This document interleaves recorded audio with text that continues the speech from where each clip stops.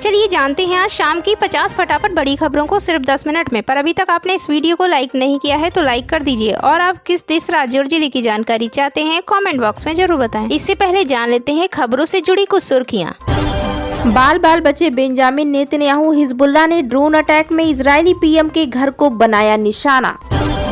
UP में भाजपा नेता के घर आएगी पाकिस्तानी बहू, ऑनलाइन हुआ निकाह। जमशेदपुर पूर्वी सीट के लिए एनडीए में खींचतान, अर्जुन मुंडा की पत्नी और चंपई सोरेन के बेटे ने की दावेदारी। जम्मू कश्मीर को मिलेगा पूर्ण राज्य का दर्जा, एलजी ने प्रस्ताव को दी मंजूरी। सामने आई अक्षय की इस फिल्म की रिलीज डेट, जलियांवाला बाग हत्याकांड की पृष्ठभूमि पर होगी आधारित। ब्रिजभूषण सिंह की याचिका पर हाईकोर्ट में हुई सुनवाई, आदेश के बाद पहलवानों और पुलिस की बढ़ेंगी मुश्किलें।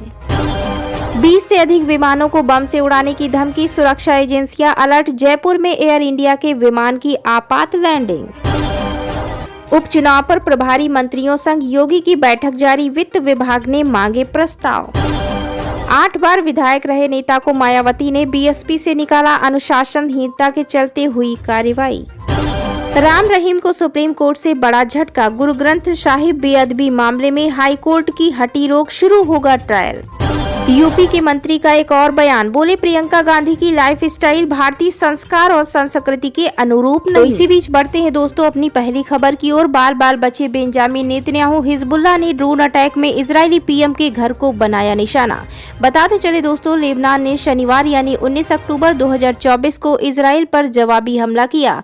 इजरायली न्यूज़पेपर हर्टेज की रिपोर्ट के मुताबिक लेबनान की तरफ से एक ड्रोन हमला किया। बताते चले दोस्तों, यह हमला मध्य इजरायली शहर कैसरिया में एक घर पर किया गया। बताया जा रहा है कि हमले का लक्ष्य नेतन्याहू का घर था। इजराइल डिफेंस फोर्सेस का कहना है कि लेबनान से 3 ड्रोन दागे गए और उनमें से एक ने मध्य इजरायली शहर कैसरिया में एक घर को निशाना बनाया। यह ड्रोन जहां गिरा उस इमारत को नुकसान पहुंचा, लेकिन इस हमले में किसी के हताहत होने की खबर नहीं है। तो इसी बीच बढ़ते हैं दोस्तों अगली खबर की ओर। यूपी में भाजपा नेता के घर आएगी पाकिस्तानी बहू, ऑनलाइन हुआ निकाह। उत्तर प्रदेश के जौनपुर में बीजेपी नेता के घर पाकिस्तानी बहू आने वाली है। वीजा मिलने में हो रही देरी के कारण बहू का इंतजार लंबा हो रहा है। हालांकि ऑनलाइन निकाह के बाद यह तय हो चुका है कि बीजेपी नेता की बड़ी बहू पाकिस्तान से ही आएगी। नेताजी ने 1 साल पहले ही अपने बेटे का रिश्ता पाकिस्तान में तय कर दिया था।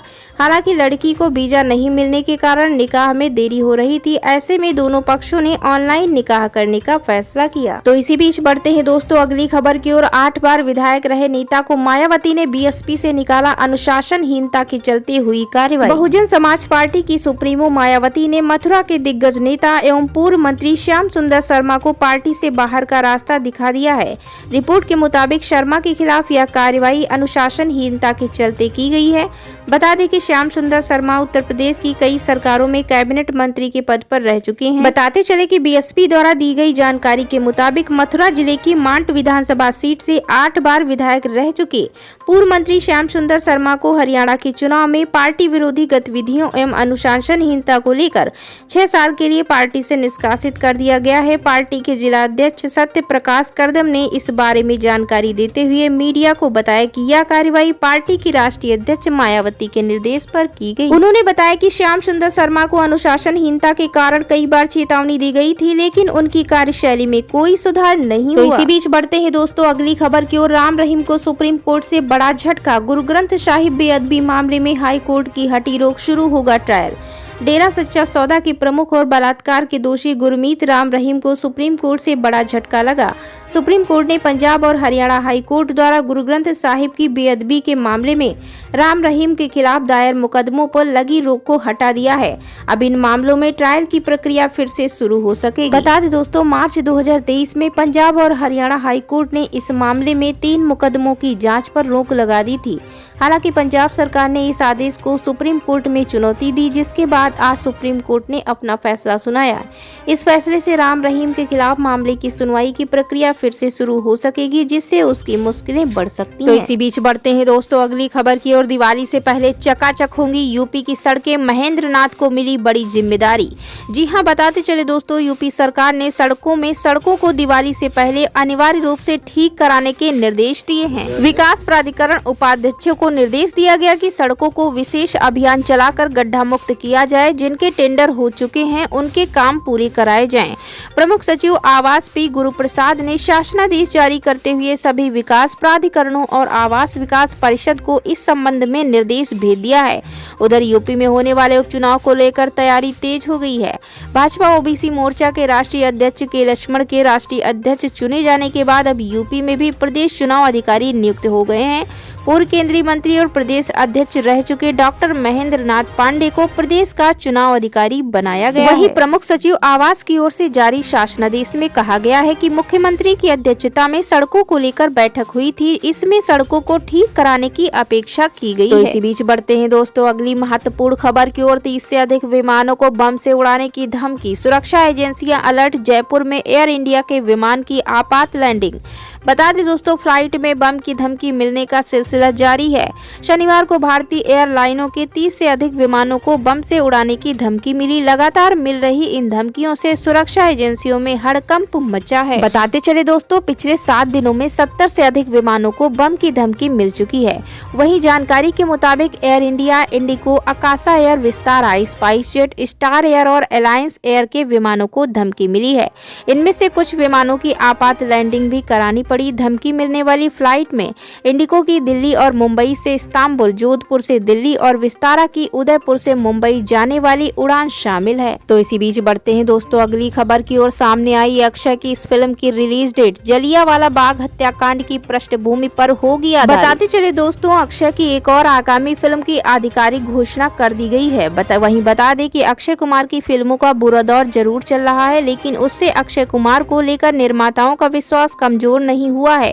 बता दें दोस्तों कि 18 अक्टूबर को अभिनेता की एक और आगामी फिल्म की घोषणा धर्मा प्रोडक्शन द्वारा की गई है। ये एक मनोरंजक पीरियड ड्रामा फिल्म होने वाली है जो ऐतिहासिक पृष्ठभूमि पर बनी। यह फिल्म न्याय और सत्य के महत्वपूर्ण विषयों पर आधारित होगी। वहीं बता दें दोस्तों, करण सिंह त्यागी इस फिल्म का निर्देशन करने वाले हैं। इस फिल्म की कहानी एक जाने माने वकील और भारतीय राष्ट्रीय कांग्रेस के पूर्व अध्यक्ष सी शंकरन नायर के जीवन से प्रेरित है। नायर ने जलियांवाला बाग हत्याकांड की सच्चाई को उजागर करने के लिए लड़ाई लड़ी थी। यह फिल्म रघु पलात और पुष्पा पलात द्वारा लिखी गई किताब the case that shook the empire पर आधारित होने वाली है। फिल्म में अक्षय कुमार के अलावा आर माधवन और अनन्या पांडे भी मुख्य भूमिकाओं में नजर आएंगे। तो इसी बीच बढ़ते हैं दोस्तों अगली खबर की ओर। ब्रजभूषण सिंह की याचिका पर हाई कोर्ट में हुई सुनवाई। आदेश के बाद पहलवानों और पुलिस की बढ़ेंगी मुश्किलें। बता दें कि दिल्ली हाई कोर्ट ने भाजपा नेता ब्रजभूषण सिंह की याचिका पर 18 अक्टूबर को सुनवाई की। याचिका पर सुनवाई करते हुए कोर्ट ने पहलवानों को नोटिस जारी किया है। साथ ही दिल्ली पुलिस ने भी कोर्ट ने जवाब मांगा है। अब कोर्ट ने मामले की अगली सुनवाई के लिए 16 दिसंबर की तारीख तय की। बता दें दोस्तों कि महिला पहलवानों ने ब्रजभूषण शरण सिंह पर यौन उत्पीड़न के आरोप लगाए और उनके खिलाफ कोर्ट में याचिका दाखिल की थी, जिसके जवाब में ब्रजभूषण सिंह ने याचिका दाखिल की है। साथ ही उनके खिलाफ दर्ज हुए मामले को रद्द करने की अपील की है। इसके अलावा ब्रजभूषण सिंह ने कोर्ट से याचिका पर जल्द सुनवाई करने का आग्रह किया है। वहीं बता दें दिल्ली हाई कोर्ट के जज मनोज कुमार ओहर ने ब्रजभूषण सिंह की याचिका पर सुनवाई करते हुए नोटिस जारी किया।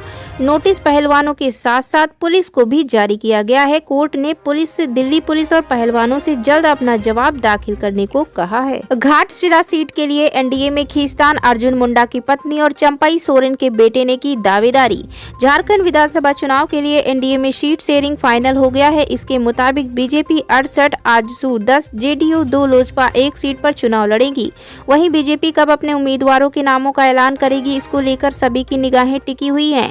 सूत्रों से मिली जानकारी के मुताबिक कोल्हान क्षेत्र में पार्टी के वरिष्ठ नेता और 3 पूर्व उप मुख्यमंत्रियों की ओर से अपने बेटे, बहू और पत्नी के लिए टिकट की दावेदारी किए जाने से मामला उलझ गया है। चर्चा है कि ओडिशा के राज्यपाल और झारखंड के पूर्व मुख्यमंत्री रघुवर दास के दबाव के कारण ही विधायक सरयू राय को इस बार जमशेदपुर पूर्वी की जगह जमशेदपुर पश्चिमी की सीट दी गई है।